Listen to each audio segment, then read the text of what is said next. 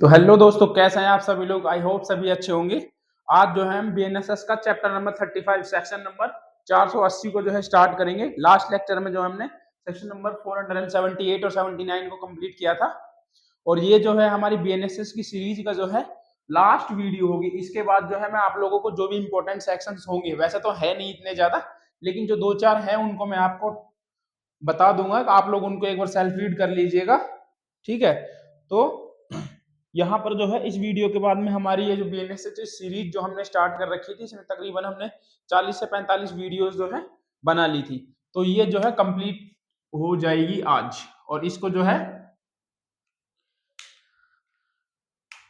समाप्त करने के बाद में दूसरी जो सीरीज होगी उसको स्टार्ट करेंगे। आप लोग कमेंट करके बता देना जो भी सीरीज स्टार्ट करनी है। वैसे तो मैंने सोच रखा है कि कौन सी स्टार्ट करनी है, लेकिन यदि आप लोग कमेंट करते हो तो आप लोग एक बार, यदि ज्यादा कमेंट आए किसी को लेकर के कि भैया ये सब्जेक्ट पढ़ाना है, तो मैं उसको स्टार्ट कर दूंगा, ऐसी कोई प्रॉब्लम नहीं है।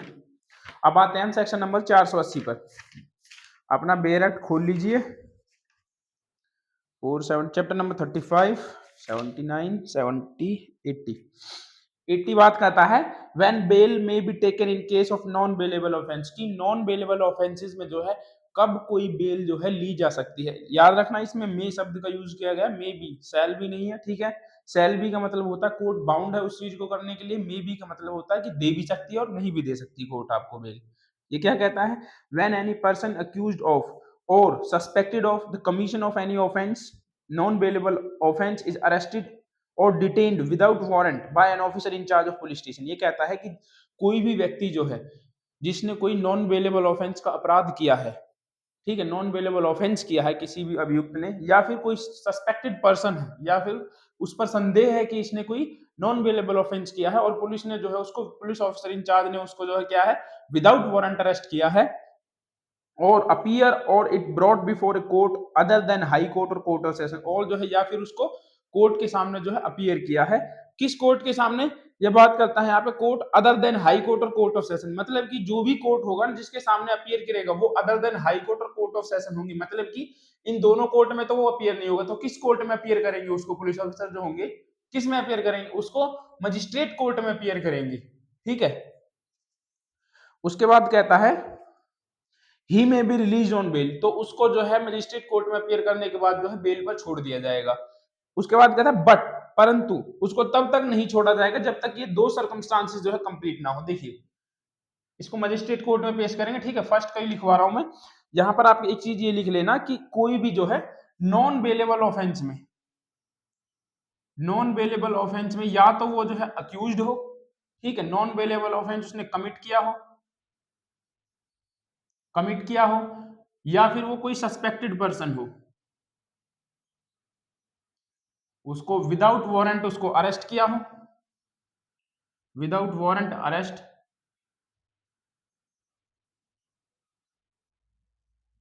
ठीक है, और जो है उसको कोर्ट के समक्ष अपीयर किया गया हो अदर देन हाई कोर्ट के सामने, मतलब मजिस्ट्रेट कोर्ट के सामने। ये आप ऊपर लिख लेना दो लाइन, इसको नीचे लिख देना, ठीक है।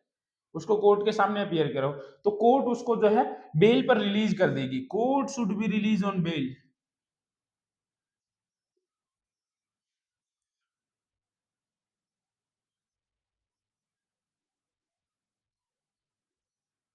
बट कोर्ट कब नहीं छोड़ेगी, दो कंडीशंस के बारे में बात करता है। पहली कंडीशन क्या है, कोर्ट उसको तब नहीं छोड़ेगी जब उसने जो है क्या किया हो, प्रोविजन है ना, नहीं, वन, उसने क्या किया हो, कोई भी ऐसा ऑफेंस किया हो जिसकी पनिशमेंट क्या है, डेथ है या फिर लाइफ इंप्रिजनमेंट है, उसने ऐसा कोई अपराध किया है, तब उसको कोर्ट जो है बेल नहीं देगी, ठीक है। याद रखना कौन सा ऑफेंस किया है, या तो डेथ कमिट की है जिसकी पनिशमेंट डेथ है, या फिर या एल आई, ठीक है, दोनों में से कोई भी, लाइफ इंप्रिजनमेंट है, दोनों में से कोई भी अपराध किया है तब जो है कोर्ट उसको नहीं छोड़ेगा। उसके बाद सेकंड कहता है such person shall not be so released if such offense is cognizable offense and he had been previously convicted of an offense punishable with death, imprisonment for life imprisonment for the 7 year or more, or he had been previously convicted on 2 or more occasions of a cognizable offense punishable with the imprisonment of 3 year or more but less than 7 year। Court उसको तब भी नहीं छोड़ेगी जब उसने ऐसा कोई offence किया है जो कि को है कॉग्निजेबल ऑफेंस है, ठीक है, जिसके लिए जो है उसको डेथ पेनल्टी या लाइफ इंप्रिजनमेंट या फिर 7 साल से ज्यादा का उसने ऑफेंस किया और उसने उसमें वो दूसरी बार जो है, मतलब कि पहले वो एक बार ऑफेंस कर चुका था, उसमें दूसरी बार जो है उसने क्या किया है, वो ऑफेंस किया है, ठीक है। यहां पर डेथ, LI और 7 ईयर प्लस, ठीक है।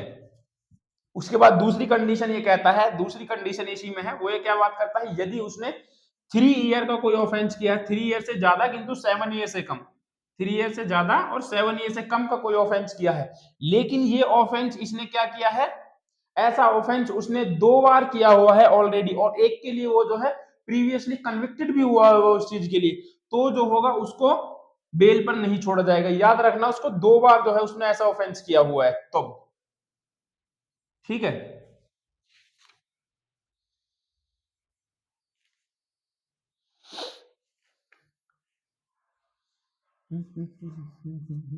यहां पर याद रखना, यहां पर पहले ही उसको ऑलरेडी दोष सिद्धि हुई हो, ठीक है। यहां पर उसने 2 बार कोई ऑफेंस किया है, मतलब कि 2 बार ऑलरेडी पनिशमेंट उसको मिल चुकी है, फिर भी उसने ऑफेंस किया है, तो उसको जो और उसकी पनिशमेंट क्या है, 3 ईयर या 7 ईयर है, 3 ईयर से लेकर 7 ईयर तक की है, मतलब ना तो 3 साल से कम और ना ही 7 ईयर से ज्यादा, मतलब कि 3 से 7 साल के बीच के कोई ऑफेंस उसने किया है, तब उसको जो है बेल पर नहीं छोड़ा जाएगा। ये बात करता है इसका सेकंड क्लॉज। तो अब हमने ये बात कर ली कि जनरल रूल तो ये है कि किसी भी व्यक्ति को जो है बेल पर छोड़ दिया जाएगा, जो कि इसका सब क्लॉज 1 कहता है 480 का, लेकिन इसमें जो है बट लगा करके ये जो सब ये इसके पॉइंट 1 और 2 हैं, ये कहते हैं कि किसी व्यक्ति को तब नहीं छोड़ा जाएगा जब उसने जो है ऐसा ऑफेंस किया है जिसकी पनिशमेंट डेथ या LI है, या फिर ऐसी पनिशमेंट है उसकी जिस या तो 7 साल से ज्यादा, मतलब डेथ LI है 7 साल से ज्यादा है और वो प्रीवियसली कन्विक्टेड है। उसके बाद कहता है सेकंड में, इसी में सेकंड में कहता है कि उसने कोई ऐसा ऑफेंस किया है जिसकी पनिशमेंट 3 साल से ज्यादा किंतु 7 साल से कम है, और ऐसा ऑफेंस उसने ऑलरेडी 2 बार किया हुआ है जिसके लिए उसको पहले कन्विक्ट किया गया है, तब जो है कोर्ट उसको रिलीज नहीं करेगी। तो इन दोनों कंडीशनों पर कोर्ट उसको नो रिलीज, ठीक है, कोर्ट उसको बेल ग्रांट नहीं करेगी, याद रखना।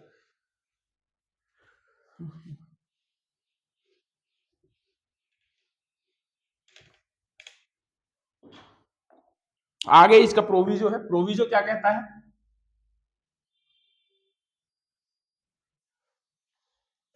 प्रोविजो क्या कहता है, देखिए, प्रोवाइडेड दैट द कोर्ट में direct that a person referred in the close 1 और close 2 be released on bail if a such person is child, woman or sick or infirm, ठीक है। तो ये बात करता है कि जब किसी व्यक्ति को जो है सब क्लोज 1 और 2 में जो है जमानत पर छोड़ दिया जा सकता है, अभी हमने बात करी थी कि नहीं छोड़ा जाएगा, लेकिन 1 और 2 में किसी व्यक्ति को बेल पर छोड़ा जा सकता है, लेकिन वो कौन व्यक्ति होंगे उसको स्पेसिफिक मेंशन किया है, या तो वो चाइल्ड होगा, ठीक है, या फिर वो वोमेन होगी, ठीक है, या फिर वो क्या होगा, कोई इन्फॉर्म होगा, या फिर वो सिक पर्सन होगा, ठीक है, बीमार वगैरह, या फिर रोग शैथिल्य होता है ना, जिनको अंग शैथिल्य बोलते हैं, शिथिलांग व्यक्ति हिंदी में बोलते हैं, कोई रोगी है, कोई शिथिलांग पर्सन है, कोई चाइल्ड है या कोई वोमेन है, तब तो जो है उनको इन दोनों कंडीशंस में भी जो है छोड़ा जा सकता है, यदि कोर्ट ठीक समझती है तो, अदरवाइज जो है उनको भी नहीं छोड़ा जाएगा। उसके बाद में एक और प्रोविजो है, वो प्रोविजो क्या कहता है, फर्स्ट प्रोविजो तो याद रखना, फर्स्ट प्रोविजो क्या कहता है कि किसी भी व्यक्ति की जो है चाइल्ड को, वोमेन को, इन्फर्म को और सिक पर्सन को जो है छोड़ा जा सकता है यदि कोर्ट ठीक समझे तो। उसके बाद सेकंड प्रोविजो क्या कहता है, provided further that the court में also direct that a person referred in clause 2 be released on bail if it is satisfied that he just and proper so to do for any other special reason। तो ये कहता है कि जो सब clause 2 था, 1 का सब क्लोज 2, ठीक है, याद रखना 1 का जो 2 था उसमें जो है यदि किसी व्यक्ति को जो है बेल पर छोड़ा जाता है तो उसके लिए मजिस्ट्रेट जो है अपने, मजिस्ट्रेट या कोर्ट जो होगी वो अपने स्पेशल रीजंस मेंशन करेगी, यदि वो बेल ग्रांट करता है सब क्लोज 2 में, 1 के सब क्लोज 2 में यदि वो बेल ग्रांट करता है तो, सॉरी ये 1 ही तो चल रहा है, सब क्लोज 2 तो 1 हटा दो, क्योंकि सब क्लोज 2 तो अभी, क्योंकि इसका पॉइंट नंबर 2 तो अभी आया ही नहीं, तो 1 ही चल रहा है, 1 का 1 और 1 का 1, ठीक है। यदि कोई जो है सेकंड पॉइंट में जो है किसी को बेल पर छोड़ना है तो कोर्ट उसके लिए जो होगी रीजंस को लिखेगी राइटिंग में, रीजन रिकॉर्ड करेगी इन राइटिंग, स्पेशल रीजन है, ठीक है, स्पेशल रीजंस को राइटिंग में रिकॉर्ड करेगा कोर्ट कि ऐसे क्या कारण थे जो आपने जो है सब क्लोज टू के होते हुए भी जो है उनको बेल ग्रांट कर दी। उसके बाद थर्ड प्रोविजो है,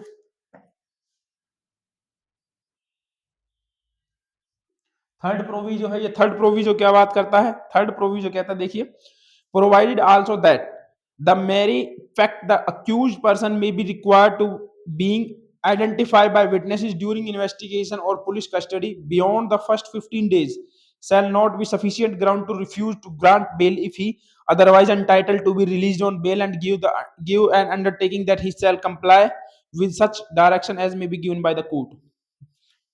देखिए, प्रोवाइडेड आल्सो, आराम से पढ़ता हूँ स्टार्टिंग से, ठीक है, एक एक लाइन करके, provided also that the mere fact that an accused person may be required for the being identified by the witness during the investigation और पुलिस कस्टडी बियॉन्ड 15। तो ये कहता है कि यदि जो है किसी व्यक्ति को आप जो है इस वजह से जेल में नहीं रख सकते क्योंकि उसकी जरूरत पुलिस को जो है स्टार्टिंग के 15 डेज में जो है ड्यूरिंग इन्वेस्टिगेशन के लिए या फिर जो है आपको रिमांड के लिए चाहिए, तो उसके लिए जो है कोर्ट उसकी बेल को डिनाई सिर्फ इसी रीजन से नहीं करेगी कि इसको जो है विटनेसेस को आइडेंटिफाई करना है या फिर इससे कोई जानकारी लेनी है, ठीक है, या फिर ये इन्वेस्टिगेशन में हेल्प करेगा, तो इस चीज की वजह से जो है आप उसकी बेल को नहीं रोक सकते स्पेसिफिकली, ठीक है।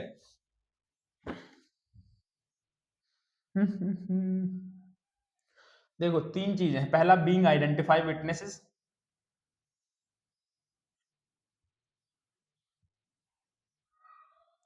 पहला यदि उसको जो है विटनेस को आइडेंटिफाई करवाना है तो आप सिर्फ उस वजह से उसको नहीं रोक सकते।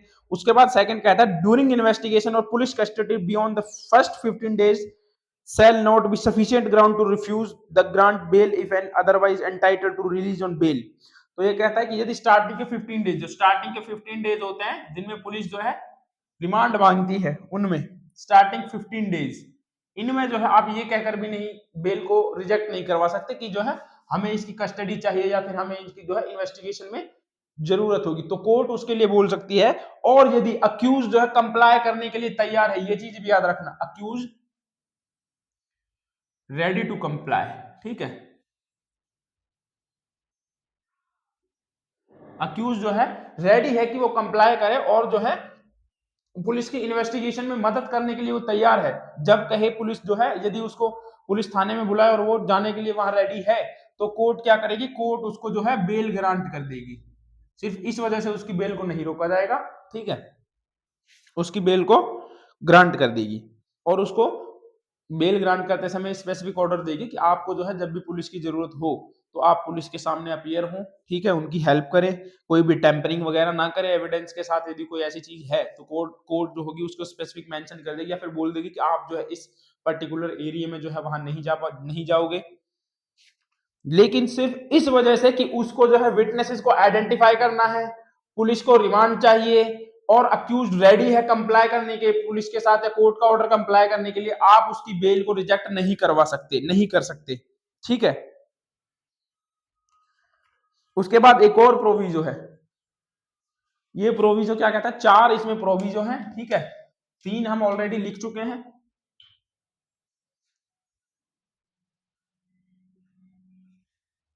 ये प्रोविजो क्या कहता है, आइए पढ़ते हैं।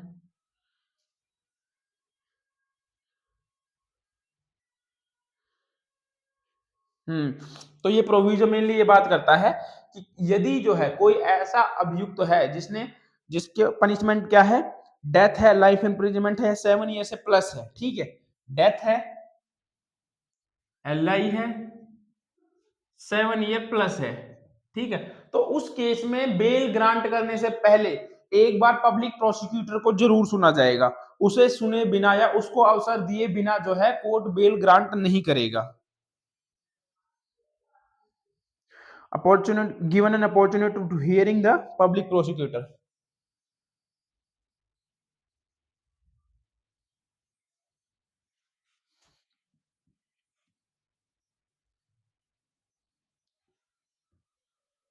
To hearing the public prosecutor, PP लिख दे रहा हूं मैं, ठीक है। उसको जो है अपॉर्चुनिटी दी जाएगी। यहाँ पर जो है सब क्लोज वन इसका कंप्लीट होता है। देखिए सब क्लोज वन के में चार प्रोविजन याद रखना। पहला प्रोविजन ये कहता है कि कोर्ट जो है किसी भी व्यक्ति को बेल ग्रांट कर सकते हैं यदि वो ठीक समझे तो उसमें, लेकिन उसमें चार व्यक्ति है। पहला चाइल्ड है, दूसरा वोमेन है, तीसरा कोई इन्फर्म है, या फिर चौथा क्या है सिक पर्सन है, कोई शिथिलांग व्यक्ति है या फिर कोई रोगी व्यक्ति है। तो कोर्ट इन चारों को ही बेल ग्रांट कर सकती है, अदरवाइज किसी को नहीं करेगी। उसके बाद में सेकंड प्रोविजन में कोर्ट फिर ये कहती है कि यदि फिर भी किसी को लगता है कि किसी व्यक्ति को छोड़ा जाना चाहिए सब क्लोज टू के होते हुए, सॉरी पॉइंट नंबर टू के होते हुए, तो जो है उसके लिए कोर्ट को स्पेसिफिक रीजन जो होंगे वो मेंशन करने होंगे कि आपने क्यों जो है उसको बेल ग्रांट करी। थर्ड ये बात करता है कि आप जो है कि कस्टडी में उस सॉरी पुलिस इन्वेस्टिगेशन में उसकी जरूरत है, विटनेसेस को आइडेंटिफाई करवाना है, ठीक है। आप सिर्फ इस वजह से उसको बेल ग्रांट करने से मना नहीं कर सकते। उसके बाद फोर्थ कहता है कि डेथ या एलआई या फिर 7 ईयर से प्लस के कोई भी ऑफेंस उसने किए हैं जिसकी पनिशमेंट इतनी है, तब जो है पहले पीपी को सुना जाएगा, उसको पूरी अपॉर्चुनिटी दी जाएगी, उसके बाद ही उसको बेल दी जाएगी। यदि उसको ऐसा नहीं सुना जाता है तो क्या हो जाती है, तो उस प्रोसेस में क्या हो जाती है, अनियमितताएं आ जाती है, जिसकी वजह से जो वो प्रोसेस हो जाता है क्या हो जाता है, नल एंड वॉइड हो सकता है। यदि जो है पीपी एक बार हाई कोर्ट में चला जाए, ये हाई कोर्ट में बेल को कैंसिलेशन के लिए भी जा सकता है। क्यों? क्योंकि उसको अपॉर्चुनिटी नहीं दी गई। अब आते हैं हम सब क्लोज टू पर। आराम से आप लोग नोट्स बना लेना इसके, वीडियो पॉज करके, ठीक है।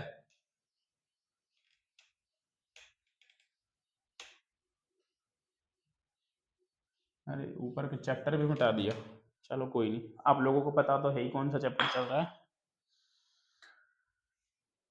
सब क्लोज टू 480 का कहीं कहीं पे यार कोई पेन नहीं चलता ये मेरा। ये बात करता है if it appear to such officer और court at any stage of investigation, inquiry और ट्रायल, यदि ऐसा अधिकारी या न्यायालय यथास्थिति अन्वेषण, जांच और विचारण में किसी भी स्टेज में यह प्रतीत होता है कि विश्वास करने के लिए उचित आधार नहीं है कि अभियुक्त ने अजमानती ऑफेंस किया, तो ये कहता है फर्स्ट इसका पॉइंट कहता है पहला, यदि कोर्ट को या फिर पुलिस ऑफिसर को ये लगता है कि इसने क्या किया है, नॉन बेलेबल ऑफेंस, ठीक है, नॉन बेलेबल ऑफेंस नहीं किया है इसने, कोई नॉन बेलेबल ही है ना, हाँ, नॉन बेलेबल ऑफेंस जो है कमिट नहीं किया है इसने,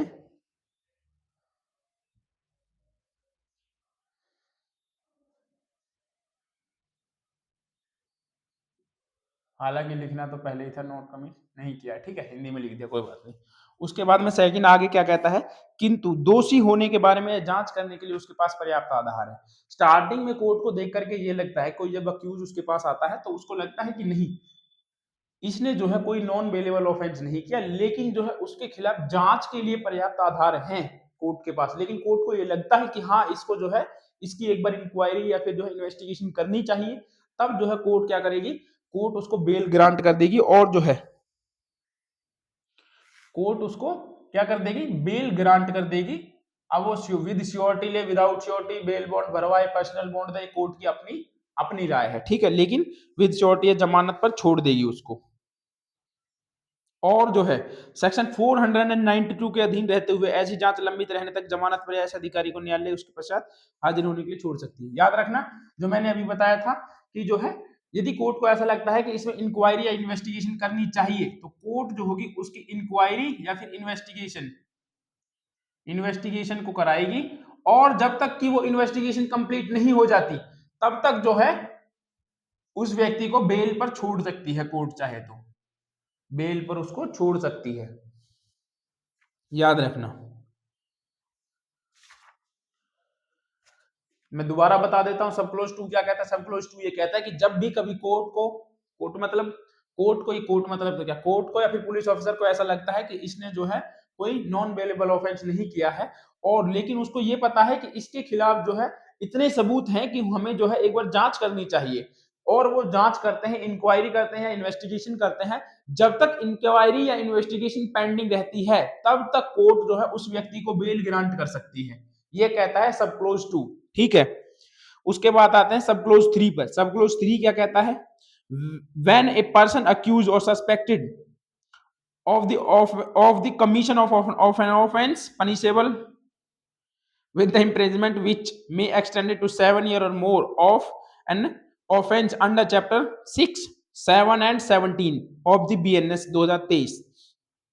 तो ये बात करता है कि यदि कोई व्यक्ति है, कोई भी व्यक्ति जिसने क्या किया है, कोई अक्यूज है या फिर कोई सस्पेक्टेड पर्सन है जिसने कोई ऐसा ऑफेंस किया है जिसकी पनिशमेंट 7 ईयर से प्लस है, मतलब कि या तो 7 ईयर या फिर 7 ईयर से ज्यादा है, या फिर उसने किस चैप्टर से रिलेटेड ऑफेंस किया है? देखिए,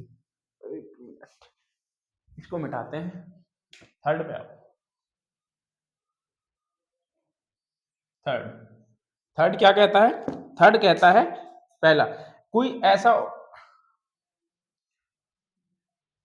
अक्यूज्ड है या फिर कोई सस्पेक्टेड पर्सन है, ठीक है। देखो आप लोग ये मत सोचा करें कि ये जो है पूरा नहीं लिखते, लेकिन मैं ओरली तो बोल देता हूं, आप लोग मेरी आवाज से जो है लिख लीजिए करें, लेकिन क्योंकि इस पर स्पेस इतना ज्यादा नहीं होता तो इस वजह से मैं शॉर्ट में लिख देता हूं, ठीक है। स्पेस की जो जगह नहीं बन पाती है पूरी, उस वजह से लिखना पड़ता है। क्यों? मैं सोचता हूँ कि जो है पूरा जो एक सब क्लोज है वो पूरा एक बार में ही बोर्ड पर आ जाए तो आप लोगों को अच्छे से समझ में आ जाए, इस वजह से मैं शॉर्ट्स में लिख देता हूँ। लेकिन आप लोग जो है जैसा जैसे मैं बोलता हूँ आप लोग ऐसे वैसे जो है लिखते रहें चीजों को, मैं शॉर्ट में लिखता हूँ तो ठीक है। मैं कहता हूँ अक्यूज जैसे सस्पेक्टेड पर्सन है जिसने कोई कमिट क्या किया है, 7 ईयर प्लस ऑफेंस कमिट किया है, कमिट एन ऑफेंस जिसकी पनिशमेंट कितनी है, 7 ईयर प्लस है, या फिर सेकंड बात करता है या फिर कोई ऐसा ऑफेंस किया है जो कि बीएनएस के chapter number 6, chapter number 7 and chapter number 17 से रिलेटेड है, 17 से। चैप्टर नंबर 6 क्या बात करता है? ऑफेंस अगेंस्ट ह्यूमन बॉडी, यही तो है, offence against human body. Chapter number 7 offence against state,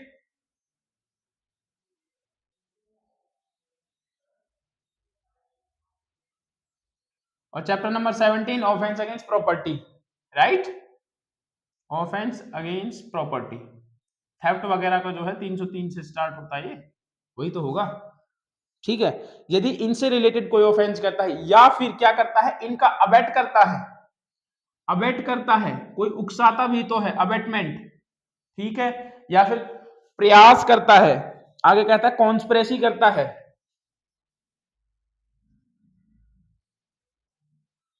या फिर कॉन्स्पिरेसी करता है, या फिर अटेम्प्ट टू कमिट, या फिर कोई जो है प्रयास करता है, attempt to commit.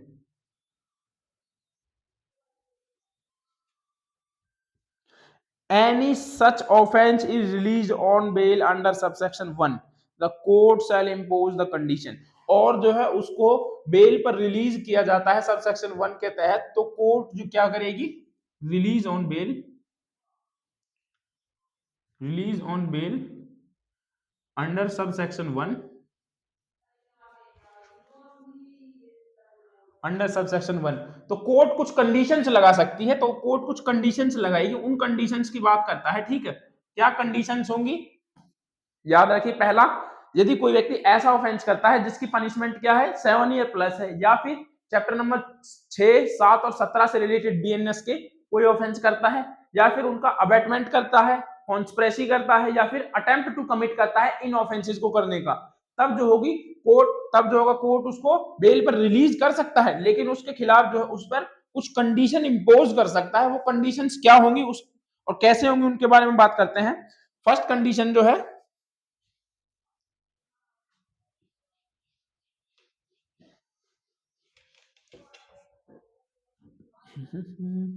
A, first condition क्या कहता है, that such person shall attend bond execute under this chapter. तो कहने का मतलब ये है उसको जो है पहला वो बॉन्ड एग्जीक्यूट करेगा, ठीक है, according to the conditions, conditions के अकॉर्डिंग वो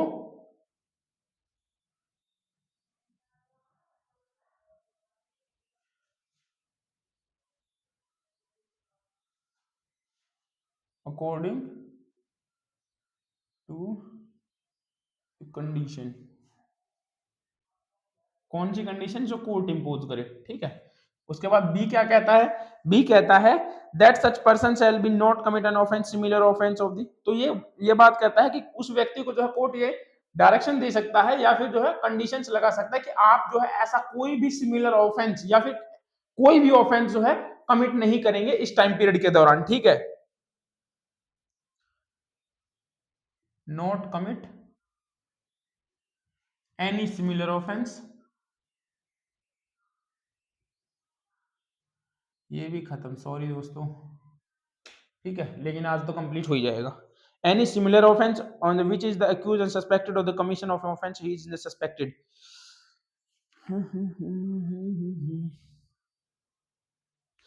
उसके बाद आता है सी। सी क्लोज क्या कहता है? सी क्लोज ये कहता है directly indirectly make an inducement threat promise to any person acquainted with the fact and the case do be disguised and from disclosing such fact to the court or to any police officer who tamper with the evidence। पहला कहता है कि no tampering, ठीक है, with the evidence, कि evidence के साथ आप जो है कोई टैंपरिंग वगैरह नहीं करेंगे। फिर इसमें सेकंड चीज क्या कहता है कि जो भी कोई विटनेसेस वगैरह है जिसको पता है कि वो फैक्ट जानकारी दे सकता है, ठीक है, विटनेस है कोई, उसको आप थ्रेट नहीं कर सकते, नो थ्रेट, ठीक है, आप उसको डरा धमका नहीं सकते। डायरेक्टली या इनडायरेक्टली किसी भी रूप में जो है आप ना तो जो है कोर्ट की कार्रवाई में ना पुलिस की कार्रवाई में किसी भी तरह की जो है कोई बाधा नहीं डालेंगे। दूसरा, कोई धमकी नहीं देंगे किसी भी विटनेसेस को या फिर कोई जो जानकारी देने वाला है उसको। तीसरा, आप कोई जो है एविडेंस के साथ टैंपरिंग नहीं करेंगे। ये तीन कंडीशंस कोर्ट इसमें जो है लगा सकता है, ठीक है। ए, बी और सी की जो मैंने बात बताई, उसके बाद कहता है कोर्ट कि एनी अदर कंडीशंस, जैसा कोर्ट ठीक समझे, ठीक है, court think fit, any other conditions, तो कोर्ट इनके अलावा भी कोई और कंडीशंस लगा सकता है। जैसे तब होते हैं ना, आपने देखा होगा कि भाई ठीक है मैं तुझे छोड़ दूंगा, तुम आना यहाँ पर। एक व्यक्ति को अभी सजा दी थी, मुझे याद नहीं आ रहा, कि तुम जो है पुलिस स्टेशन में जा करके जो है वहां पर रोज संडे या शनिवार को जो है एक बार फ्लैग के आगे सल्यूट करोगे। ऐसी कोई कंडीशंस लगाई थी ना, न्यूज में बहुत आई थी, आप लोगों को पता होगा। तो वो ऐसी कोई कंडीशंस लगा सकती है कोर्ट यदि चाहे तो, कोर्ट के पास ये पावर है। अभी ज्यादा टाइम नहीं हुआ है, तकरीबन 1 साल हुआ है, शायद मध्य प्रदेश हाई कोर्ट था, उसमें एक रेप केस में जो है बेल देते समय कोर्ट ने कंडीशन लगाई थी कि आप जो है हर साल जो है आप जो विक्टिम होगी उससे राखी बंधवाओगे, या फिर हर साल नहीं, आप तुरंत उससे राखी बंधवाओगे। तो सुप्रीम कोर्ट ने जो है इन कंडीशंस को जो है स्टे लगा दिया था, ये कहते हुए कि ये अनएथिकल है, ठीक है, आप जो है ऐसी कंडीशंस नहीं लगा सकते। आप तो कुल मिलाकर अनएथिकल कंडीशन नहीं होनी चाहिए। बाकी कोर्ट कंडीशन लगा सकती है कि भाई तुम जाओगे, यदि कोई पढ़ा लिखा व्यक्ति है, तुम जाओ और हफ्ते में से एक दिन जो है बच्चों को पढ़ाओ स्कूल में जा करके, ठीक है, या फिर कोई भी अदर काम दे सकती है। या फिर कोर्ट ये भी बोल सकती है कि कंडीशन में कि आप जो है इस पूरे एरिया को छोड़कर नहीं जाओगे या आउट ऑफ इंडिया नहीं जाओगे। होता है ना मूवी में कि आप इस शहर को छोड़कर नहीं जा सकते with the permission of the court. तो उस तरह की जो है कंडीशंस कोर्ट लगा सकता है। उसके बाद फोर्थ क्या कहता है, an officer of the court releasing any person under subsection 1 sub clause 2 shall record in writing to the reason of special reason so doing. तो ये तो मैंने पहले ही बता दिया था। सब क्लोज 1 के 2 में यदि किसी व्यक्ति को छोड़ना है तो उसके लिए कोर्ट को स्पेशल रीजन देने होंगे, ठीक है। उसके बाद पांचवा पॉइंट क्या कहता है,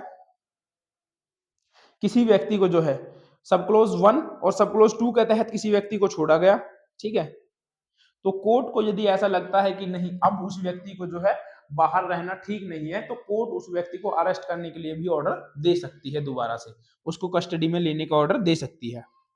ये कहता है फिफ्थ। उसके बाद छठा क्या कहता है, छठा कहता है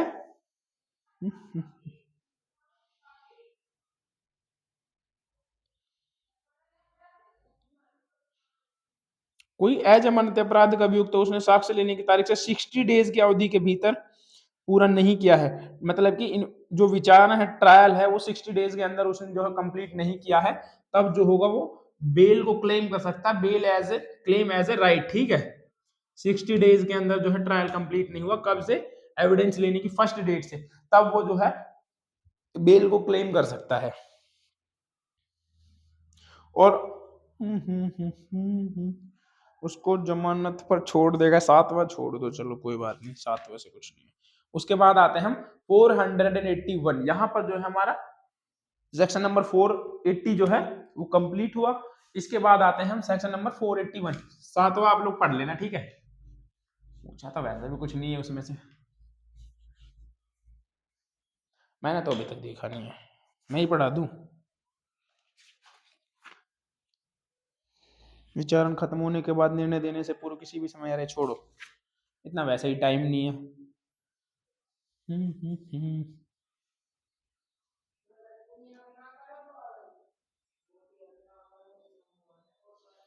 अब आते हैं हम सेक्शन नंबर 481। आधे घंटे की वीडियो बन गई और अभी तक एक ही सेक्शन कंप्लीट हुआ है, तो इसका मतलब हम बहुत ज्यादा ही स्लो चल रहे हैं दोस्त।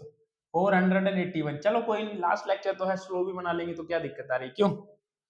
अब बात करते हैं bail to require accused to appear before next appellate court, ठीक है। देखिए, अभियुक्त को अगले अपील न्यायालय के समक्ष उपस्थित होने की अपेक्षा के लिए जमानत।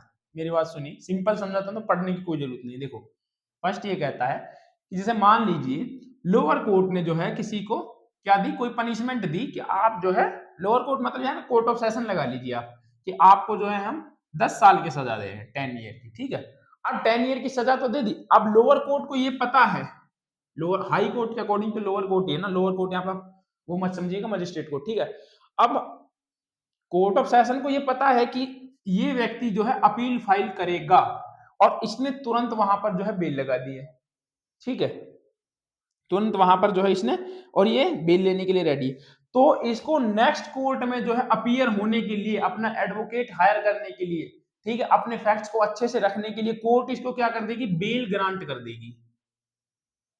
कोर्ट इसको बेल ग्रांट करेगी ताकि ये जो है एक बार अपीलेट कोर्ट के सामने हाजिर हो, ठीक है, कि ये अपीलेट कोर्ट में जा सके।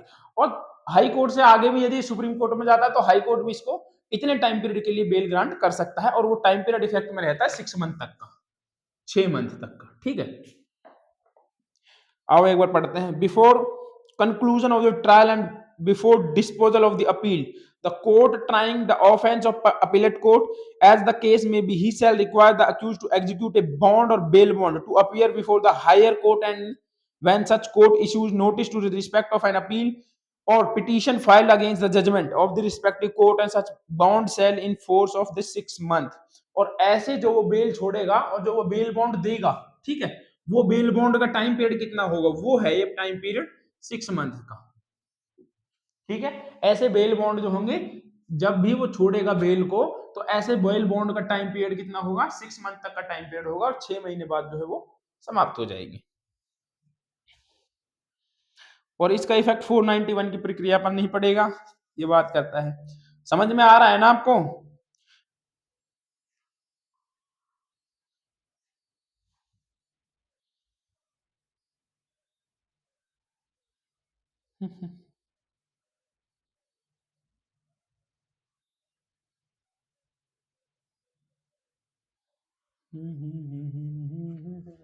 मतलब देखिए, हायर कोर्ट में जाने के लिए, अपीलेट कोर्ट के सामने जाने के लिए बेल की बात करता है, और कोर्ट छोड़ने से पहले बेल बॉन्ड लेगी, जो इफेक्ट रहता है जिनका 6 मंथ तक का, ठीक है।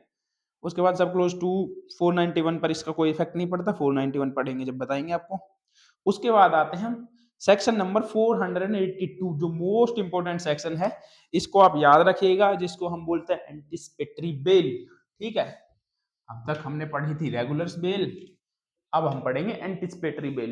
ये क्या होती है, एंटिसिपेटरी बेल होती क्या है, और ये किस तरीके से काम करती है। देखिए, एंटिसिपेटरी बेल किसी भी मैटर में, जैसे मान लीजिए, पहली बात तो एंटिसिपेटरी बेल किस मैटर में लगती है ये आप लोगों को पता होना चाहिए। एंटिसिपेटरी बेल हमेशा नॉन बेलेबल ऑफेंस में लगती है, ठीक है। कभी भी आप जो है बेलेबल ऑफेंस में एंटिसिपेटरी बेल नहीं लगाओगे, और नहीं लग सकती है, वो सिर्फ नॉन बेलेबल ऑफेंस में अप्लाई होती है। आप इसको हाई कोर्ट या कोर्ट ऑफ सेशन में भी जो है आप इसको लगा सकते हो। एंटिसिपेटरी बेल काम कैसे करती है, इसका क्या प्रोसेस है, देखिए, यदि कोई ऑफेंस कमिट हुआ, ठीक है, और आपके पास जो है कहीं से भी कोई जानकारी आई, मान लीजिए कि आपके पड़ोस में ही जो है किसी की लड़ाई हो गई, वहां पर किसी की डेथ हो गई है, ठीक है। अब जो है क्या करते हैं, जब ऐसी कोई लड़ाई होती है तो उसमें क्या करते हैं, बहुत ज्यादा लोगों के नाम दे देते हैं, जो वहां पर हो या ना हो उससे कोई वो नहीं देखते, वो सबका नाम दे देते हैं। तो आप उस समय कहीं और थे, अब आपको पता चला कहीं से कि ये लड़ाई हो गई है और इस मैटर में जो है पुलिस आपको नाम जो है पुलिस में दिया गया और पुलिस आपको अरेस्ट कर सकती है, आपको संभावना है, ठीक है। तो आप जो है कोर्ट में जा करके पहले ही बेल ले लेते हो, अरेस्ट करने से पहले ही, कि ये बेल ले देनी है। कोर्ट के सामने आप फैक्ट्स को रखते हो कि मैं जो है उस समय वहां पर नहीं था, मेरा इससे कोई लेना देना, जो भी आपके फैक्ट होंगे वो आप कोर्ट के सामने रखते हो, और कोर्ट जब आपको बेल ग्रांट कर देती है, ठीक है, और तब उसके बाद में पुलिस आपको वारंट होने के बाद ही पकड़ सकती है, जब कोर्ट के वारंट हो, अदरवाइज आपको नहीं पकड़ सकती, ठीक है। पुलिस आपको अरेस्ट नहीं कर सकती। उसके बाद आप पर्चा दिखा सकते हो, मामो लो देखो ये है कोर्ट ऑर्डर और आप जो है मुझे अरेस्ट नहीं कर सकते। मतलब कि यदि आपको संदेह है कि किसी नॉन बेलेबल ऑफेंस में मेरा नाम गलत तरीके से दिया गया है और मुझे पुलिस अरेस्ट कर सकती है, तो आप उस मैटर में जो है बेल ले सकते हो कोर्ट से जाकर के। एंटीसिपेटरी बेल मिल जाती है, ऐसा वो कोई वो नहीं है, लेकिन इसमें थोड़ा ध्यान रखना पड़ता है।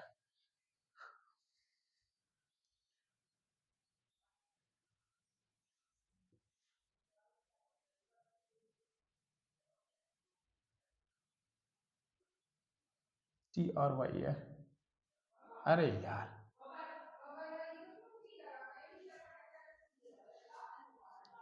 इसको हिंदी में क्या बोलते हैं एंटीसिपेटरी बेल को, पता नहीं यार, मेरे को देख लेना आप लोग क्या बोलते हैं। Direction for grant of bail to person apprehending arrest, गिरफ्तारी की आशंका करने वाले व्यक्ति की जमानत मंजूर करने के लिए निर्देश देना। तो याद रखना एंटीसिपेटरी बेल हमेशा नॉन बेलेबल ऑफेंस में ही लगती है, एनबीओ मतलब नॉन बेलेबल ऑफेंस, ठीक है, हमेशा नॉन बेलेबल ऑफेंस में ही ये बेल लग सकती है। इसका फर्स्ट क्लॉज क्या कहता है ये हम पढ़ते हैं। When any person has reason to believe that he may be arrested on a accusation of having committed a non-bailable offense, he may apply to the High Court or Court of Session। जब किसी व्यक्ति को विश्वास करने का यह कारण हो सकता है कि उसको किसी अजमानती अपराध के लिए के किए जाने के अभियोग में गिरफ्तार किया जा सकता है, ठीक है, हिंदी में लिखो, जिस कभी किसी व्यक्ति को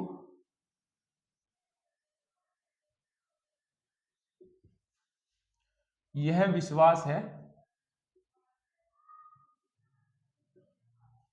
कि उसे किसी अजमानती अपराध के अभियोग में गिरफ्तार किया जा सकता है, किसी अजमानती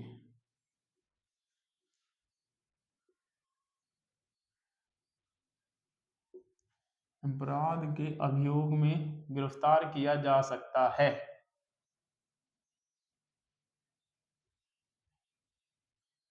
अरेस्ट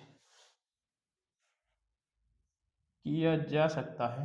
या कितना लंबा हो गया हिंदी में, इससे अच्छा तो शॉर्ट ही लिख देता।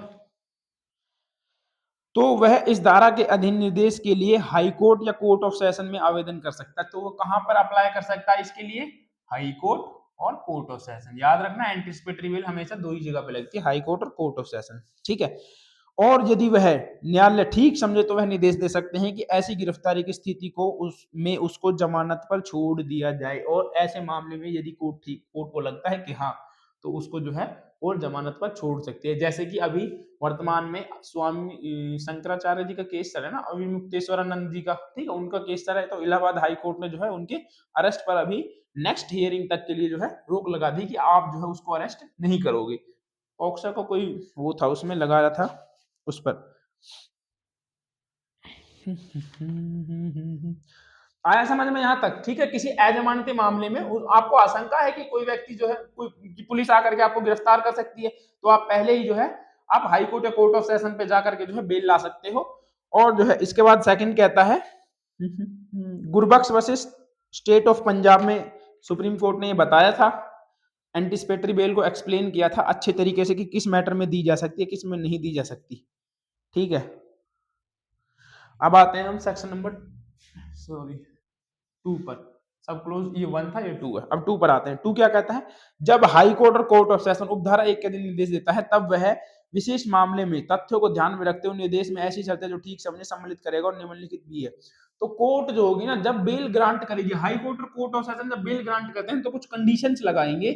वो कंडीशंस लगाएं या नहीं लगाएं, कोर्ट की पावर है, कुछ लगा सकती हैं, लगा सकते हैं। तो वो क्या कंडीशंस होंगी, वो उन कंडीशंस के बारे में बात करता है कि कोर्ट ये कंडीशन जो है आपको बेल ग्रांट करते समय लगा सकता है। देखिए, पहला कहता है कि पुलिस अधिकारी द्वारा पूछे जाने वाले, मतलब कि इंटेरोगेशन में जो सवाल पुलिस ऑफिसर के द्वारा पूछे जाते हैं, आप उनका जवाब देने के लिए उपलब्ध होगे। ठीक है।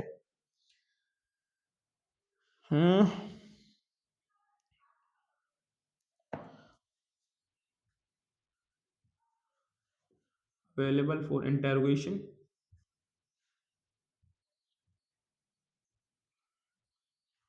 By the police officer.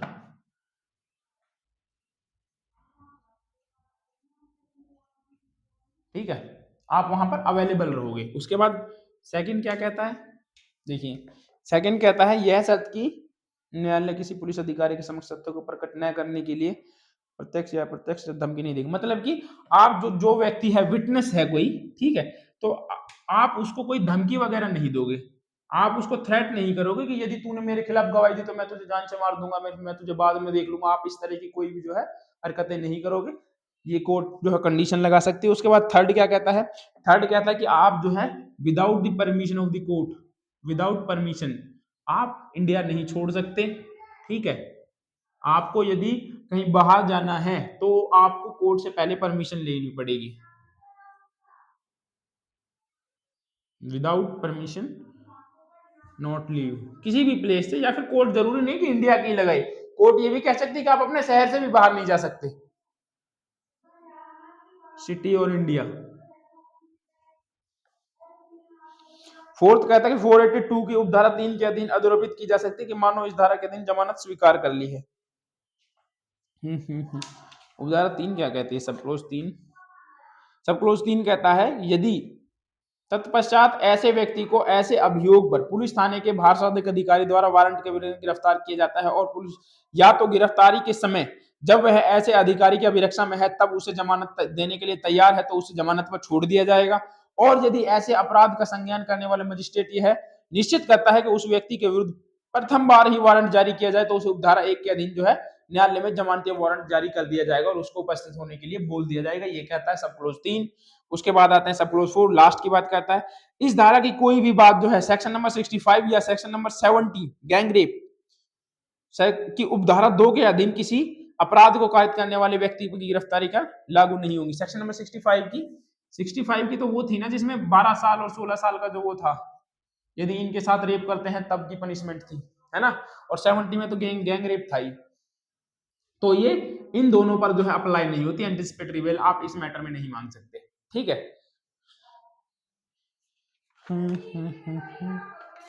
Anticipatory bell के कुछ सब क्लोजेस वो थे, कुछ केसेस वगैरह थे। एक तो Gurbaksh Singh versus state of Punjab था, Sushil Agarwal versus state of Delhi है। ठीक है, ये दो केसेस। चलो केसेस की तो वीडियो बनानी है अभी मुझे, गुरुचरण सिंह का है, लेकिन फिर भी मैं आप लोगों को एक बार बोल के बता रहा हूँ। State of Rajasthan versus Balchand है, मोतीराम वर्सेस स्टेट है, सत्येंद्र कुमार अंटिल वाला केस है एक। ठीक है, ये कुछ केसेस है जो कि इसमें आएंगे, लेकिन चलो कोई नहीं। अभी मैं जो इसके बाद में एक वीडियो और बचेगी जिसमें हम जो है स्पेसिफिक जो केसेस होंगे, एक या दो जितने भी बनेंगे, जितने भी बीएनएसएस के केसेस होंगे उनके बारे में डिटेल में डिस्कस करेंगे, उनको बताएंगे जैसे जैसे है, किस किस केस में कौन कौन से रूल अप्लाई हुए थे, कौन कौन से सेक्शन के लिए कौन कौन सा केस है, कहाँ कहाँ पूछा गया है, उस सारी चीज को जो है आपको बताएंगे। इन सब की पीडीएफ जो है मेरे टेलीग्राम चैनल पर मिल जाएगी आपको, जो जिसका लिंक मैं जो है डिस्क्रिप्शन में लगा दूंगा, आप लोग वहां से भी ले सकते हैं। ठीक है, केसेस की जो लिस्ट होगी वो मैं आपको एज ए पीडीएफ भी दे दूंगा।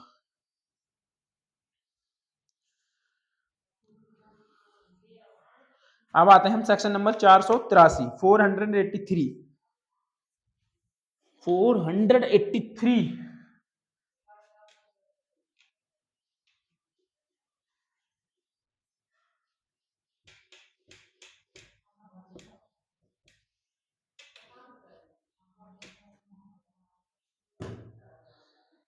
Special power of high court और court of session regarding bail. Court of session और हाई कोर्ट की जो है कुछ स्पेशल पावर है बेल की रिगार्डिंग, ठीक है। 483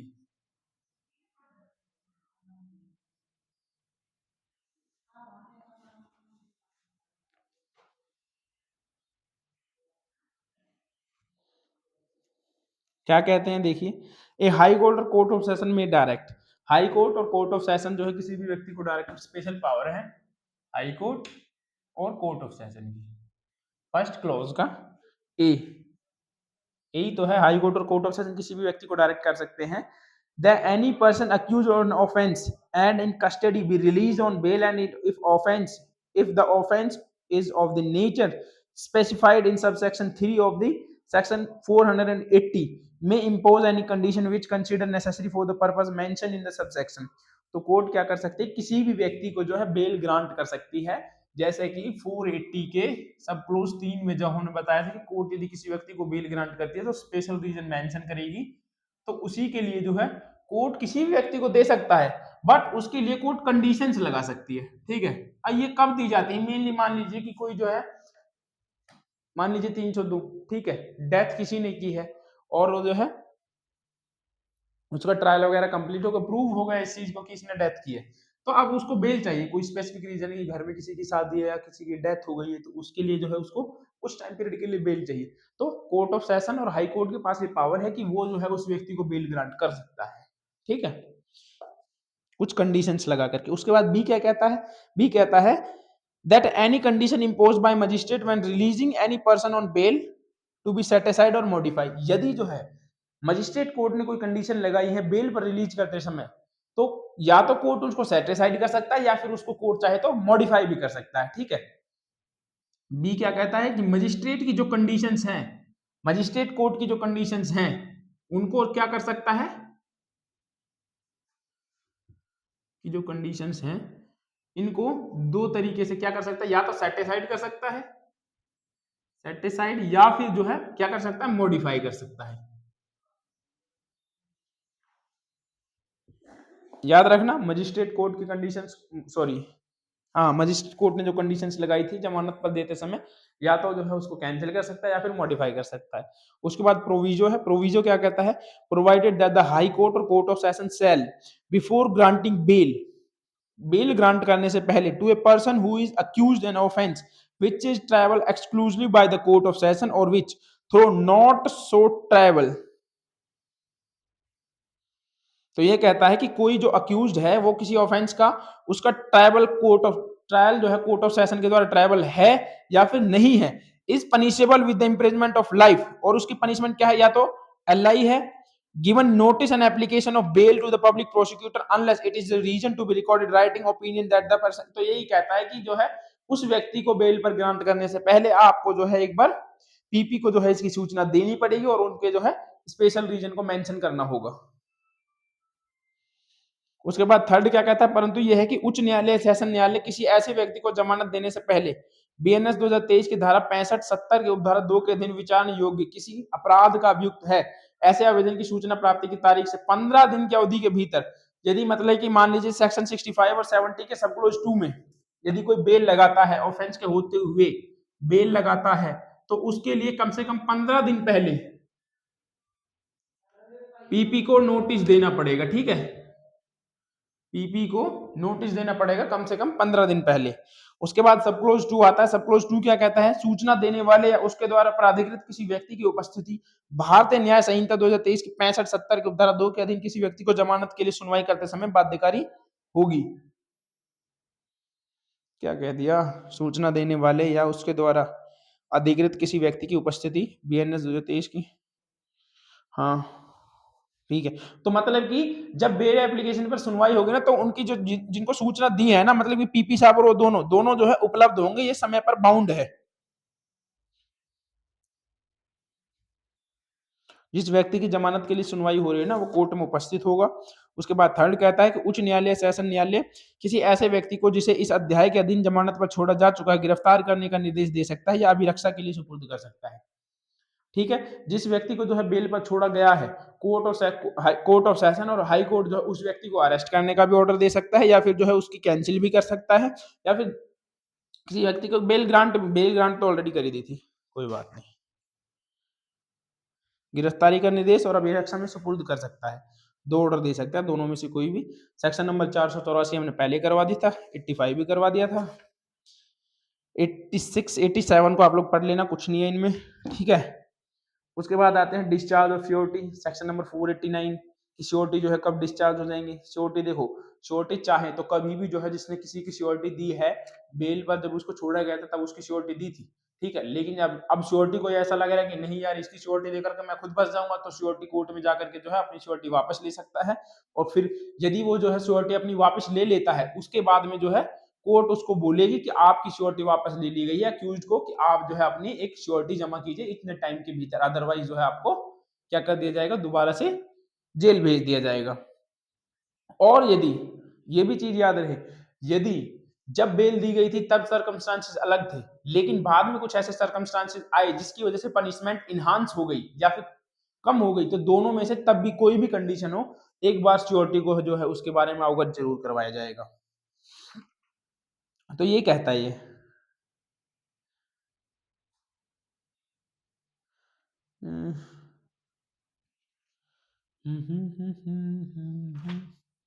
उसके बाद आते हैं सेक्शन नंबर, बॉन्ड को सीज करने की पावर सेक्शन 491 में है कि कब जो है बॉन्ड को सीज कर सकते हैं। 492, 493, 494। अच्छा, अब इंपॉर्टेंट लगाइए, आप लोग पढ़ लेना, इतना कुछ है नहीं है, ठीक है। मेन जो है हमने बता दिया है आपको। देखिए कौन कौन से करने, सेक्शन नंबर 506, ठीक है, इंपॉर्टेंट है। 507 आप पढ़ लेना, इनको ना एक बार याद रखा करें आप, जैसे 506 में जो जो ऑफेंसेस हैं, जो जो सेक्शंस दिए हुए हैं, इनको एक बार आप माइंड में रखें, इनको एमसीक्यू में पूछ लेते हैं, ठीक है।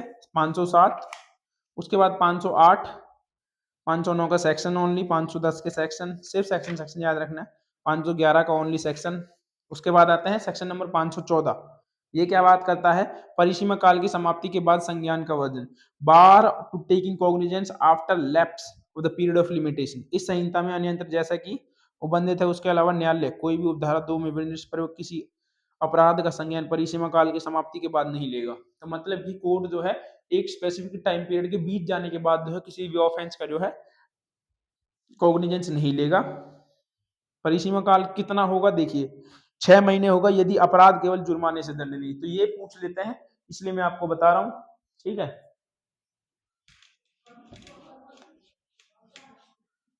सेक्शन नंबर 514 बात करता है टाइम पीरियड की, लिमिटेशन की, ठीक है। एक तो फर्स्ट तो यही कहता है कोर्ट, फर्स्ट प्रोविजन तो यही कहता है कि जो है पहला, एक बार यदि टाइम बीत गया तो उसके बाद जो है कोर्ट किसी भी मैटर पर जो है कॉग्निजेंस नहीं लेगी, ठीक है। उसके बाद में दूसरा क्या कहता है, दूसरा याद रखिए कि जो टाइम पीरियड होगा, जो लिमिटेशन होगी वो कैसे होगी, कि कौन से मैटर में कितनी होगी, ये कैसे पता चलेगा। देखिए यदि कोई ऑफेंस ऐसा है जिसकी पनिशमेंट सिर्फ फाइन है, जिसकी पनिशमेंट सिर्फ फाइन है, तो उसमें क्या होगा, तो उसमें जो टाइम पीरियड होगा वो 6 मंथ का होगा, ठीक है। लिमिटेशन जो होगी उसकी 6 मंथ की होगी कि आप जो है कोर्ट में जा सकते हैं। उसके बाद सेकंड कहता है कि यदि कोई ऐसा ऑफेंस है जिसकी पनिशमेंट 1 ईयर तक है, ठीक है, 1 ईयर, तो उसके लिए जो टाइम पीरियड होगा वो होगा 1 ईयर। उसके बाद थर्ड कहता है कि 1 साल से अधिक किंतु 3 साल से कम है, ठीक है, सेकंड थर्ड। उसके बाद कहता है कि 1 साल से ज्यादा किंतु 3 साल से कम, तो उसके लिए टाइम पीरियड होगा 3 ईयर, ठीक है। आप लोग 3 साल तक जो है उसमें जा सकते हैं। तो ये अपील का टाइम पीरियड था।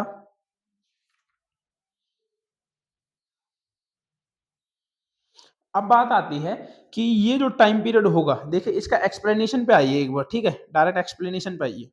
परिसीमा काल की अवधि संगण for the purpose of the compounding the period of limitation, the relevant date shall be the date of filing complaint under section 223 और the date of recording the information under section 173।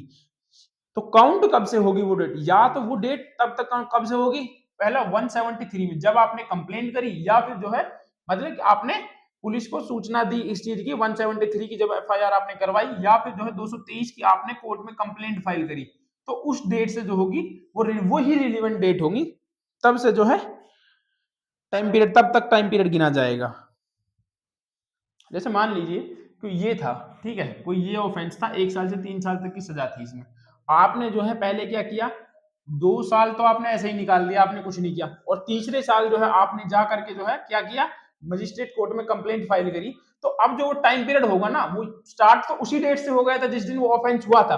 वो count कब तक होगा, उस date को देखा जाएगा जिस डेट को जो है ये कंप्लेंट फाइल हुई है मजिस्ट्रेट कोर्ट में। यदि जो है उससे पहले ही जो है 3 साल हो जाते हैं कंप्लेंट फाइल करने से, तब मजिस्ट्रेट उसको नहीं लेगा। उसके बाद सेक्शन नंबर 515 पढ़ना आप लोग, 516 को पढ़ लेना एक बार, 17 को सेक्शन याद रखना सिर्फ, 18 का सेक्शन, 20, 19, 21 तीनों का सेक्शन, 528, 529 दोनों का सेक्शन याद रखना। उसके बाद में कुछ नहीं है, ठीक है। तो यहाँ पर जो है आपकी BNSS की सीरीज जो है कंप्लीट होती है दोस्तों। इसके बाद में जब हम मिलेंगे आप लोगों को तो एक नई सीरीज के साथ मिलेंगे। हाँ, हालांकि BNS की सीरीज जो है वो साथ साथ चल रही है, वो कंटिन्यू रहेगी। उसके साथ ही हम जो है दूसरी सीरीज लेके आएंगे। मैं सोच रहा हूँ या तो BSA लेके आऊँ या फिर कॉन्स्टिट्यूशन लेके आऊँ। आप लोग कमेंट में बताना कि आप लोगों को यदि कोई तीसरी सीरीज भी स्टार्ट करवानी है तो उसकी भी आप बता सकते हो, ठीक है। आई होप आप लोगों को जो है ये पूरी सीरीज अच्छी लगी होगी, आपने इंजॉय किया होगा, ठीक है। मैं तो यही समझता हूँ, क्योंकि अब ऐसा तो है नहीं, लाइव स्टूडेंट्स तो बैठे नहीं है जो मैं बता दूं ना, जो है मैं लाइव कर पाता हूँ। उसके लिए भी यदि लाइव भी हो तब भी इससे पता चल जाता है कि हाँ किसी को क्या प्रॉब्लम है, ठीक। अब तो वो पता चलता है तो बाद में पता चलता है कि हाँ इसमें कोई एरर रह गया, जब वीडियो अपलोड हो जाती है कमेंट करते हैं। अब वो कभी कभी नजर में आता भी है, कभी कभी नहीं भी आता। तो चलो कोई नहीं, आई होप आप लोगों ने वीडियो को एंजॉय किया होगा।